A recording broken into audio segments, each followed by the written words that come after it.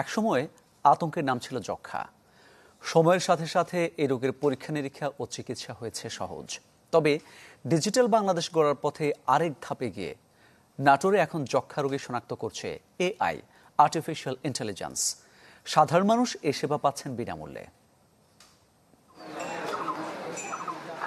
নাটোরের লালপুর উপজেলার দুয়ারিয়া ইউনিয়ন পরিষদ কার্যালয়ে বিভিন্ন বয়সের মানুষের অপেক্ষা।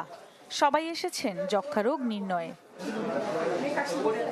আগে কফের মাধ্যমে যক্ষ্মা নির্ণয় করা হলেও এখন তা হচ্ছে আর্টিফিশিয়াল ইন্টেলিজেন্সের মাধ্যমে।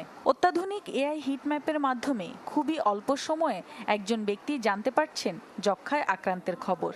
এই মেশিনের গুরুত্বপূর্ণ গুণ হচ্ছে এটা আর্টিফিশিয়াল ইন্টেলিজেন্সের মাধ্যমে সম্ভাব্য যক্ষ্মা রোগীদেরকে খুব সহজেই শনাক্ত করতে পারে এবং যারা টিবিটি অর্থাৎ যক্ষ্মা রোগীদের বাসার যে সদস্য তাদেরকে আমরা এই এক্সরে আওতায় এনে খুব দ্রুত সময়ের মধ্যে আমরা চিকিৎসা চালু করছি আর কি। সাধারণ মানুষ এই সেবা পাচ্ছেন বিনামূল্যে। কফ পরীক্ষা করে আমার বাড়ি ভাই প্রতিবেশী, এখানে আমার বাড়ি, সবাই বিনামূল্যে চিকিৎসা পায়।